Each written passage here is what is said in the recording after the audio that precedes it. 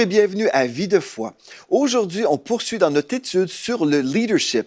Hier, on a vu en fait comment on peut croître dans le leadership.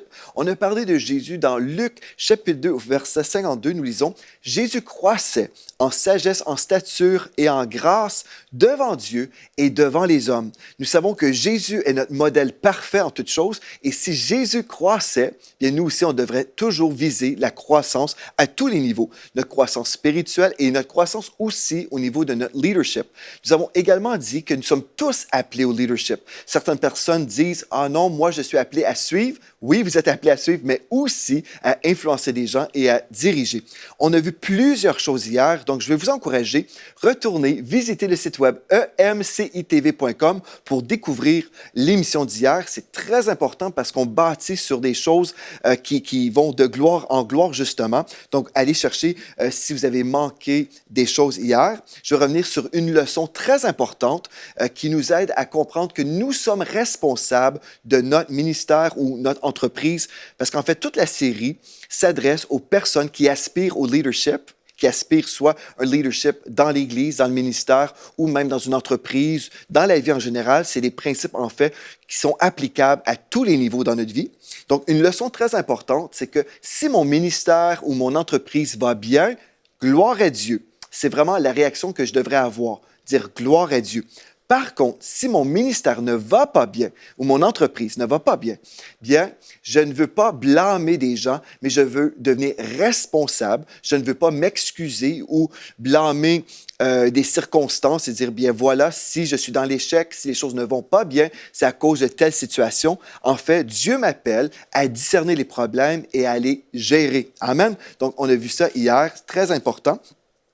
On a commencé également en parlant de six types de leaders.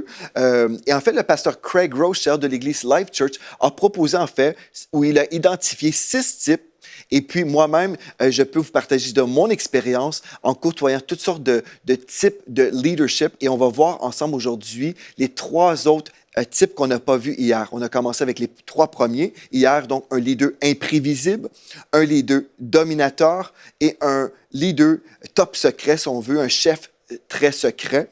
Mais aujourd'hui, on va poursuivre là-dedans et notre émission va vraiment aborder aussi la dimension importante du temps. On va apprendre aujourd'hui à valoriser et maximiser notre temps. Donc, cette émission est hyper importante.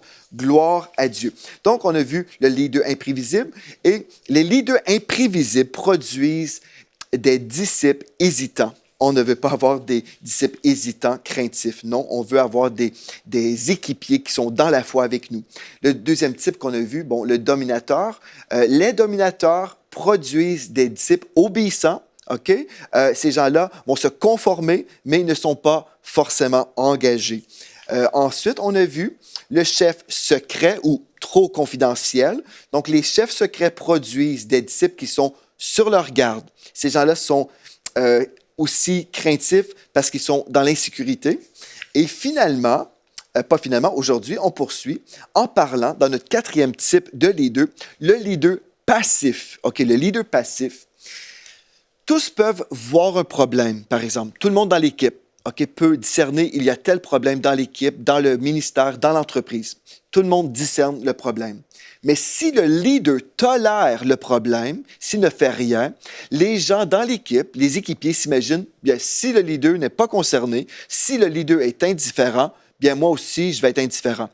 Et vous ne voulez pas être un leader passif, non. Parce que des leaders passifs produisent des disciples désengagés. Si vous voulez avoir une équipe des personnes qui sont vraiment nonchalantes, pas vraiment investies, mais totalement désengagées, vous les appelez pour une réunion de brainstorming, une réunion où vous allez travailler ensemble, échanger sur des stratégies, tout ça, mais les gens ne se présentent pas, ne sont pas vraiment intéressés. Si vous voyez qu'il y a vraiment un manque d'intérêt dans le ministère ou dans votre entreprise, c'est peut-être à cause de votre leadership. Vous êtes peut-être trop passif, vous tolérez toutes sortes de choses qui devraient être adressées pour les corriger, justement. Et si les gens de votre équipe voient que vous êtes intéressés, ils vont s'intéresser aussi. Donc, si vous êtes un leader, croyez que vous avez le pouvoir de changer les choses. Une des raisons qui pourrait expliquer pourquoi un leader serait passif, c'est parce qu'il se dit ah, j'ai déjà changé ou essayé de changer des choses dans le passé et les gens ne changent pas, les gens ne veulent pas changer. Et puis voilà, je laisse aller, je laisse aller. Et puis au final, c'est vraiment le désastre. Au final, c'est triste parce que le ministère ou l'entreprise pourrait aller de l'avant, mais parce que le leader n'est pas engagé, il tolère plein de désordre et puis finalement, le ministère est dans le désordre. Donc, si quelqu'un prenait votre place demain, OK, vous êtes le leader d'une entreprise, d'un ministère, si quelqu'un d'autre prenait votre place demain, est-ce que vous seriez fier, en fait, de leur laisser le ministère dans l'état actuel ou l'entreprise? Seriez-vous fier? Et si vous dites, ah non, il y a tellement de choses que je devrais corriger, que je voudrais corriger, telle chose ne va pas, telle chose ne va pas, bien, n'attendez pas de devoir remettre votre leadership à quelqu'un d'autre. Prenez en charge dès aujourd'hui, par la foi, votre leadership et corrigez ce qui doit être corrigé. Amen. La passivité s'explique aussi souvent par une perte d'espoir. Nous sommes découragés, on a fait confiance dans le passé, on a été trahis et peut-être vous êtes ce leader passif parce que justement, vous avez été dégoûté en fait. Vous êtes dégoûté des résultats que vous voyez. Gloire à Dieu, les choses peuvent changer. Donc, la passivité s'explique parfois par une perte d'espoir. Le leader peut dire, l'équipe est indifférente, alors je le serai aussi. Mon équipe est indifférente, bon, moi aussi, je vais être indifférent. Mais peut-être votre équipe est indifférente parce que vous l'avez été. Vous comprenez? Donc, si vous continuez et vous dites, bien, ils sont indifférents, bref, c'est vraiment un cycle. Ce que vous voulez faire, c'est vous reprendre en main et redevenir le leader que Dieu vous appelle à être. Amen. Donc, ce n'est pas à vous, c'est à vous, en fait, d'inspirer de l'intérêt. Amen. Alléluia. Donc, si c'est vous, il est temps de s'arrêter. Il est temps de chercher Dieu. Le psaume 46, verset 10 nous dit, « Arrêtez et sachez que je suis Dieu. » Arrêtez. Arrêtez-vous dans toutes vos occupations. Arrêtez-vous. Priez, cherchez Dieu. Si vous avez le sentiment d'être impuissant face au changement ou face aux choses que vous devez changer, priez. Dieu va vous donner des stratégies. Mais arrêtez-vous. Priez, cherchez Dieu. Il est temps vraiment de s'arrêter et ne pas simplement continuer dans le désordre. Il est temps de vraiment mettre de côté les déceptions, le découragement et recevoir de Dieu sa consolation, sa guérison et sa vision pour l'avancement. Amen. Donc, la décision pratique à prendre aujourd'hui, reconnaissez les problèmes. Amen. Et deuxièmement, faites quelque chose. Amen. Faites quelque chose. Si vous avez été un leader passif, aujourd'hui, vous pouvez prendre la décision, OK, ce n'est plus moi, je ne veux plus être un leader passif, je veux passer à l'action. Donc, relevez un défi et sortez de la passivité dès maintenant. Amen? Donc, ça, c'est un type de leader qui peut être partout, en fait, dans le monde de l'Église, dans les entreprises. Un leader passif, ce n'est pas votre vision. Amen? OK, on arrive à un cinquième type de leader. On parle maintenant d'un leader qui a un bon leadership, donc le saint leader, c'est-à-dire en bonne santé. Amen. Des leaders saints produisent des disciples fidèles. Donc, un bon leader qui est en santé, un bon leadership, va produire en fait des disciples qui sont fidèles. Fidèles à Dieu et fidèles à l'œuvre, fidèles à leur leader. Amen. Pourquoi? Parce que la vision du leader est claire. Le leader a reçu de Dieu une stratégie ou une vision, et cette vision, elle est très, très claire, et les disciples peuvent suivre le leader parce qu'ils savent que le leader sait lui-même où il va. Mais si le leader est totalement confus, ne sachant pas trop ce que Dieu lui demande de faire, bien là, les équipiers seront aussi confus. OK, donc, Proverbe 29, verset 18 nous dit, « Quand il n'y a plus de révélation divine, le peuple se laisse aller. » C'est vraiment le cas de le dire. Donc, quand il n'y a plus de révélation divine, dans la version Sommaire ou dans d'autres versions, lorsqu'il n'y a plus de vision vraiment concrète, le peuple se laisse aller ou le peuple est dans un désordre. C'est vraiment la parole de Dieu qui nous le dit, Proverbe 29, verset 18. Donc, le leader, le bon leader qui est vraiment en santé, un leadership en santé, bien, il sait écouter et échanger avec ses équipiers. Il sait partager avec transparence, comme on a vu aussi. Là, ce qu'on veut faire vraiment, c'est partager quand on peut, avec qui on peut, quand on peut. Donc, il sait partager avec transparence, faisant confiance à ses équipiers. Amen. Donc, il va semer aussi dans leur vie de la confiance et il va récolter aussi de la confiance. Il dirige activement et avec conviction, inspirant tous dans le service. Amen.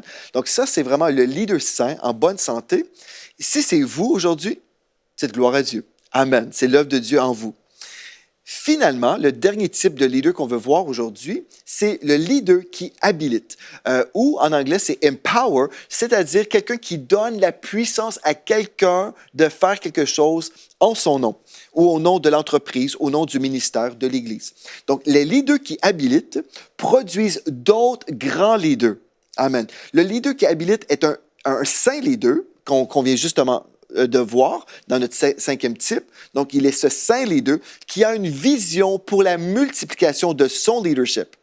Il accorde à ses leaders le pouvoir de dire oui ou non, mais il a donné à d'autres leaders la capacité de prendre des décisions au nom de l'organisation. Amen. Donc, quelqu'un sous ce type de leadership-là peut être un directeur, par exemple. Le directeur peut accepter certaines personnes dans l'équipe, refuser telle ou telle chose, dire oui. Donc, on a donné, en fait, une autorité déléguée. Il y a une autorité déléguée à certaines personnes qui sont en mesure de dire oui.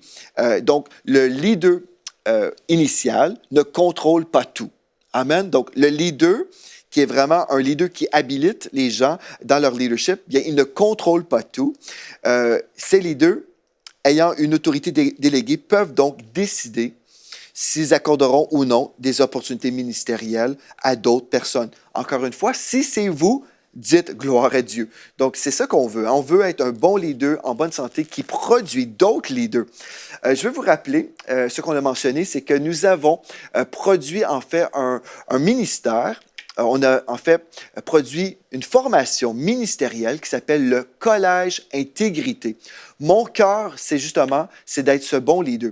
Je ne peux pas dire que je suis arrivé, mais c'est mon cœur. Amen. Je veux vraiment encourager des hommes et des femmes de Dieu à grandir dans leur leadership. Donc, si vous aimeriez grandir dans le leadership, vous pouvez visiter le site web collègeintégrité.com. Vous l'avez vu à l'écran, donc collègeintégrité.com. Vous pouvez vous inscrire. On a 12 modules, en fait, où on vous enseigne dans les voies de Dieu pour l'exercice pratique, l'exercice pratique. Le premier module, l'introduction. Deuxième module, l'éthique ministérielle, la promotion ministérielle dans notre troisième module. Quatrième module, on parle de la rébellion. Cinquième module, votre entourage. Ensuite, le ministère médiatique dans le sixième module. Septième module, la loyauté. Huitième module, la prédication, comment préparer un message, par exemple. Dans notre neuvième module, la relation d'aide dans l'onction. Dans notre 10e module, la maturité spirituelle. Notre 11e module, les ordonnances et les cérémonies, comment faire des mariages et funéraires, des consécrations d'enfants. Et finalement, comment démarrer une église locale dans notre 12e module. Donc, tout ça, c'est gratuit, absolument gratuit. Il s'agit de prendre du temps. Vous allez dire, mais pourquoi, Pasteur Joël, tu offres une formation comme ça, gratuite, une formation en leadership? Bien, parce que mon cœur, c'est de former des leaders dans la francophonie qui vont avoir un impact dans leur nation.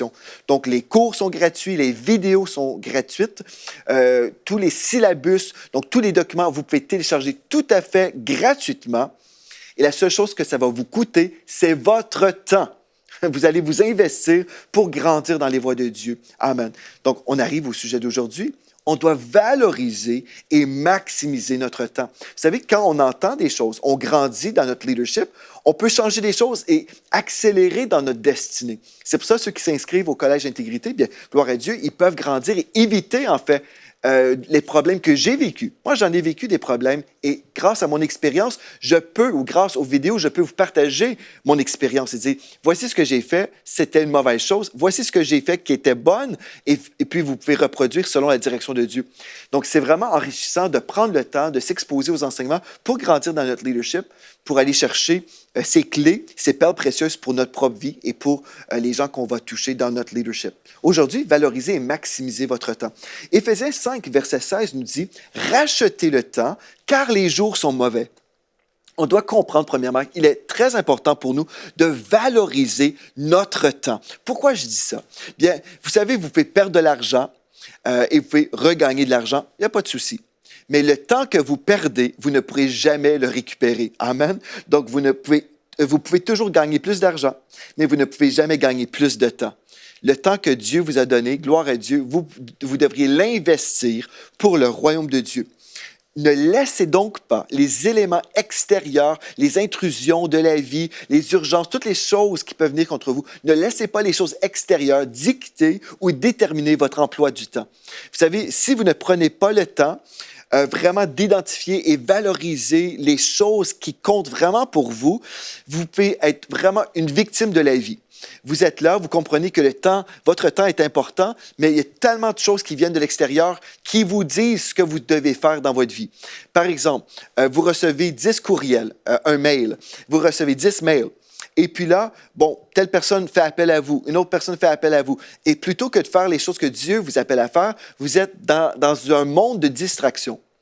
Première chose, aujourd'hui, ce que vous voulez comprendre dans ce thème sur le temps, valorisez votre temps. Apprenez à gérer votre temps. Apprenez vraiment à vivre une bonne gestion de votre temps. Tout comme un budget économique, vous allez apprendre à gérer vos finances, bien vous devez apprendre à gérer votre temps au même titre que vous allez gérer vos finances. Amen. Parce que votre temps est votre ressource la plus précieuse que vous avez. Votre temps est la ressource la plus précieuse que vous avez. Donc, une fois que vous avez compris que vous devez valoriser votre temps, deuxième chose, identifiez vos valeurs et planifiez votre vie autour de ces valeurs. OK. Qu'est-ce que vous appréciez le plus dans la vie? C'est une bonne question, là. Si on veut identifier nos valeurs, on va se poser la question, mais qu'est-ce que j'apprécie le plus dans ma vie? C'est quoi vraiment la chose que je valorise plus que toute autre chose? Dans mon cas, je vais vous parler de moi. Bien, Matthieu 6,33 nous dit, cherchez premièrement le royaume de Dieu et sa justice, et Dieu va s'occuper du restant des choses dans ma vie. Amen. Donc, ma priorité numéro 1, la chose que je valorise le plus dans ma vie, c'est ma relation avec Dieu. Donc, si c'est numéro 1 dans ma vie, je vais prévoir dans mon agenda un temps avec Dieu. Pour moi, c'est très facile. Dès que je me réveille, je passe du temps avec Dieu dans la prière. Je vais prier, passer du temps dans l'onction de Dieu, être dans la parole de Dieu. Ensuite, je vais faire d'autres choses. Qu'est-ce que je vais faire? Deuxième chose, je vais aller faire du sport, à la salle de sport. Je vais aller au gym. Je vais prendre du temps à prendre soin de mon corps parce que je suis le temple du Saint-Esprit. Je prêche la santé divine, mais si je ne fais rien bien, si je ne prends pas soin du temple du Saint-Esprit, je peux croire des choses, mais la foi véritable, elle est active, n'est-ce pas? Donc, la foi sans les œuvres, elle est morte. Donc, si je crois que, oui, Dieu me donne une santé divine, gloire à Dieu, je vais m'investir aussi, je vais investir du temps. Donc, typiquement, je vais aller au gym tous les jours, 5 jours sur 7, OK? Parce que pour moi, je valorise une bonne santé. Bon, je peux faire ça parce que mon épouse dort peut-être à ce moment-là aussi, lorsque je me réveille très, très tôt, mais je valorise ma relation avec mon épouse. Donc, je vais passer du temps avec elle. Je vais prendre un café et prendre le petit déjeuner avec mon épouse. Pourquoi? Parce que je valorise ces choses dans ma vie. Dieu, premièrement, et puis ensuite, pas que je passe mon corps avant ma femme, c'est juste que dans mon ordre de ma journée, ça convient bien comme ça. Ça me convient bien comme ça. Mais j'ai identifié les choses dans ma vie qui comptent pour moi, qui sont vraiment primordiales. Ma relation avec mes 2 filles, avec nos 2 filles, c'est très important pour moi. Je vais toujours prendre du temps pour souper avec mes filles, avec mon épouse, bien sûr, parce que j'ai identifié dans ma vie des valeurs. Amen. Donc, j'identifie des valeurs, ensuite, je vais planifier ma vie autour de ces valeurs et je vais changer les choses au besoin. Donc, qu'est-ce que vous appréciez le plus dans la vie? Écrivez ces choses-là, ce que vous appréciez, et bâtissez votre vie autour de ces choses-là. Si vous dites, ben moi, tout comme le pasteur Joël, je valorise mon temps avec Dieu, mais je n'ai pas le temps parce que je reçois des textos, je reçois des courriels, et puis là, au final, je n'ai pas le temps avec Dieu parce que tout le monde me bombarde de toutes sortes de choses. Un instant, vous êtes au contrôle de votre temps. C'est à vous de décider comment vous allez vivre votre vie, comment vous allez organiser votre calendrier, votre agenda. Amen. Assurez-vous de prioriser votre vie selon vos valeurs. Faire toujours plus n'est pas le but dans la vie. OK? Donc, faire toujours plus n'est pas le but dans la vie, mais faire plus de ce que vous valorisez, c'est ça le but. Faire plus de ce que vous valorisez. Je veux passer plus de temps avec Dieu. Je valorise ça et c'est vraiment un but dans la vie. Si j'arrive à passer plus de temps avec Dieu, alléluia. Si j'arrive à passer plus de temps avec mon épouse, alléluia. Amen. Donc, il y a des choses que je valorise et je vais mettre l'accent sur ces choses-là. Amen. Est-ce que vous êtes frustré aujourd'hui dans votre vie? OK? Si je vous pose la question concernant votre emploi du temps, votre budget de temps, est-ce que vous êtes frustré dans votre vie? Si vous dites oui, mais pourquoi pensez-vous? Peut-être aujourd'hui, vous ne vivez pas selon vos valeurs. Vous ne vivez pas selon les choses que vous valorisez. Si vous dites, ben, je suis hyper frustré, je n'ai jamais de temps avec Dieu, je n'ai pas le temps, par exemple, de me pratiquer au niveau de la louange. Admettons que vous êtes un chantre, vous aimez chanter, vous aimeriez même composer des chants, vous aimeriez prendre du temps avec le Seigneur le matin, lui chanter des chants avec votre guitare ou au piano, et c'est quelque chose que vous valorisez, mais vous n'arrivez jamais à faire ces choses parce que vous êtes bombardé par la vie. Et là, vous êtes frustré dans la vie. Pourquoi? Parce que vous ne prenez pas le temps de faire les choses que vous voulez vraiment faire, les choses que vous valorisez. Pour vous, c'est important de jouer du piano, c'est important de chanter au Seigneur, c'est important, vous valorisez ce moment avec Dieu, mais vous n'avez pas le temps. Pourquoi? Bien, en fait, vous avez le temps. C'est que vous avez dépensé ce temps sur autre chose. Vous avez pris ce temps peut-être pour régler plein de courriels. Mais si vous aviez passé du temps avec Dieu, peut-être vous n'auriez pas eu besoin de gérer certaines choses. Comprenez-vous? Donc, c'est tellement important de ne pas subir le calendrier et ne pas juste courir après un événement, après un autre événement, après un autre événement, mais vraiment reprendre le contrôle de notre vie pour répondre à l'appel de Dieu. Amen. Alléluia. Et certaines personnes vont dire, oui, mais Pasteur Joël, ce n'est pas mon choix, je suis obligé de faire telle ou telle chose. J'aimerais vous dire, écoutez bien, nous avons toujours le choix, frères et sœurs. Toujours. Vous avez toujours le choix. Je me souviens, une fois, j'étais dans ma voiture, j'étais dans la ville d'Ottawa, la capitale canadienne.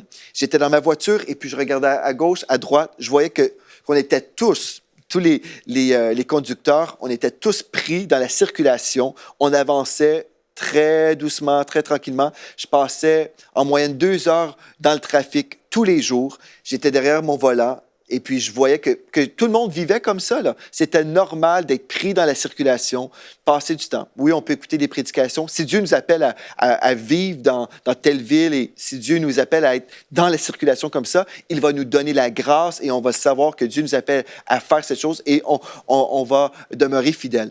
Mais dans mon cas, je savais que ce n'était pas ma destinée. Et je l'ai dit, j'étais derrière mon volant et j'ai dit, ce n'est pas ma destinée. Et puis, finalement, j'ai pris une décision et puis j'ai quitté ce ministère et finalement, on a implanté l'Église La Victoire. Donc, c'est juste pour vous dire que j'ai dû prendre une décision et j'aurais pu dire, comme plusieurs conducteurs, je n'ai pas le choix, c'est la vie, c'est comme ça. Mais non, prenez le temps, réfléchissez. Est-ce que c'est ça que Dieu veut pour ma vie? Si oui, Dieu va vous donner la grâce. Sinon, prenez une décision, changez les choses. Quelles sont vos valeurs non négociables? Quelles sont vos valeurs non négociables? Bien, comme je vous ai déjà dit, pour moi, par exemple, c'est ma relation avec Dieu, mon épouse, ma famille, le ministère, ma santé. Voilà des valeurs non négociables. Donc, construisez votre calendrier autour de ces valeurs précises. Ne laissez pas les intrusions de la vie dicter votre vie. Amen. Et aussi, une autre chose très importante, apprenez à dire non. Apprenez à dire non. Si vous dites, ben moi, j'ai tellement de rendez-vous, Pasteur Joël, je n'ai pas le choix, je suis pasteur, par exemple. Si vous êtes pasteur et vous dites, ah, les gens me sollicitent et puis je n'ai pas le choix, je dois passer mes heures à écouter des gens, prendre du temps avec des gens, faire la relation d'aide. Et puis, vous savez, il y a eu un moment dans ma vie où je passais des fois 8-10 heures par jour à faire de la relation d'aide. Et un jour, le Saint-Esprit m'a révélé une chose. En fait, je ne répondais plus à l'appel de Dieu sur ma vie, je répondais à l'appel des hommes et des femmes. Je répondais à l'appel du diable, en fait, aussi. Je vais vous dire pourquoi. C'est parce que le diable travaillait dans des vies, le diable travaillait dans des couples. Il y avait des crises de couple. Là, je gérais une situation. Ensuite, c'était un autre couple qui avait d'autres problèmes. Je gérais cette situation-là. Et là, je retournais sur l'autre dossier. Et puis finalement, j'étais tellement occupé à gérer des problèmes, des conflits dans la vie des gens. Oui, je faisais de la relation d'aide. Oui, c'est biblique d'aider notre prochain et d'être un bon berger. C'est tout à fait biblique. Mais ma façon de travailler n'était pas bonne. Donc, j'ai changé des choses dans ma vie. J'ai reçu de Dieu une stratégie. On a embauché des pasteurs, par exemple. On travaille en équipe, on travaille différemment. J'ai appris des leçons de vie aussi. J'ai appris que je n'étais pas le sauveur du monde, que Jésus était le sauveur du monde. Donc, j'ai changé ma façon de penser, ma façon de travailler. Et puis aussi, j'ai communiqué ce que j'avais reçu de Dieu et j'ai communiqué ça aux pasteurs qui sont dans mon leadership pour qu'ils puissent éviter les problèmes que j'ai eus dans ma vie. Donc, vous pouvez apprendre à dire non. Je me souviens une fois, un couple m'appelle à 22 heures me disant « Pasteur Joël, on a besoin d'une rencontre, c'est urgent. » Donc voilà, je dis, parfait, venez dans mon bureau à 22 heures, c'est assez tard quand même. Et puis, ils me racontent leur vie. Bon, les choses ne vont pas bien. Et je dis, ben dites-moi, ça fait combien de temps que cette situation dure? Ils me disent, ah, ça fait 10 ans, Pasteur Joël. Et là, je suis en train de penser, ça fait 10 ans que cette situation continue comme ça et vous étiez obligé de m'appeler à 10 heures le soir pour une rencontre à 22 heures le soir. On aurait pu faire ça demain matin. Je pensais tout ça dans ma tête, là, vous comprenez? Mais je n'avais pas appris à dire non à l'époque. Aujourd'hui, je dis non. Je dis non aux intrusions. Je dis oui au Saint-Esprit. Seigneur, dis-moi ce que je dois accepter. Dis-moi ce que je dois refuser. Et on veut toujours aider notre prochain. Mais là, il faut recevoir de Dieu le comment faire. Amen. Donc, hyper important, apprenez à dire non. Le surengagement vole des destinées. Par exemple, si j'avais continué à faire ce que je faisais autrefois, je n'aurais pas pu sortir le collège d'intégrité. Je n'aurais pas pu démarrer cette école de formation ministérielle parce que j'étais tellement essoufflé. C'était impossible pour moi d'en faire plus. Mais j'ai dû dire non aux hommes pour dire oui à Dieu. Amen. Donc, supprimer beaucoup de petites occupations dans la vie afin d'accueillir les grandes choses que vous valorisez. Apprenez aussi à dire non aux bonnes choses pour dire oui aux meilleures choses. Ça serait toute une prédication. Mais on peut dire, bon, cette chose-là est bonne, elle est très bonne, amen, c'est très bien. Et pendant une saison, Dieu m'appelait à faire telle chose. Mais maintenant, Dieu me dit, il y a une meilleure chose que tu dois faire. Donc, je vais dire oui à Dieu et non à cette bonne chose pour dire oui au meilleur. Alléluia. Donc, être occupé, aussi une chose importante, être occupé ne révèle pas que vous utilisez bien votre temps. On peut être très occupé. En fait, beaucoup sont très occupés et peu fructueux. Beaucoup de personnes sont là, « Ah, je suis occupé, je suis occupé. » Tout le monde sont occupés, épuisés. Les gens avancent dans leur vie, mais ils ne produisent pas forcément beaucoup de fruits. Donc, être occupé ne révèle pas du tout que vous utilisez bien votre temps. Ne suivez donc pas la foule. Faites ce que Dieu vous appelle à faire. Et posez-vous des questions.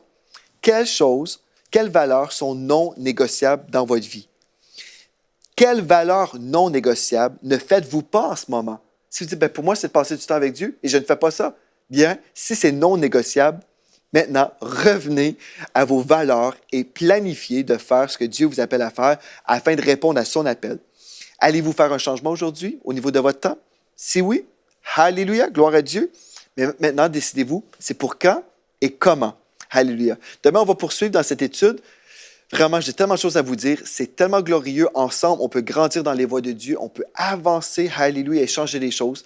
Demain, on va poursuivre. On va parler du temps et encore d'autres choses sur notre croissance dans le leadership ministériel. Si vous êtes bénis, écrivez-moi à videfoi@emcitv.com et dites-moi comment Dieu est en train de travailler dans vos vies. Merci d'avoir été là. D'ici à demain, soyez richement bénis.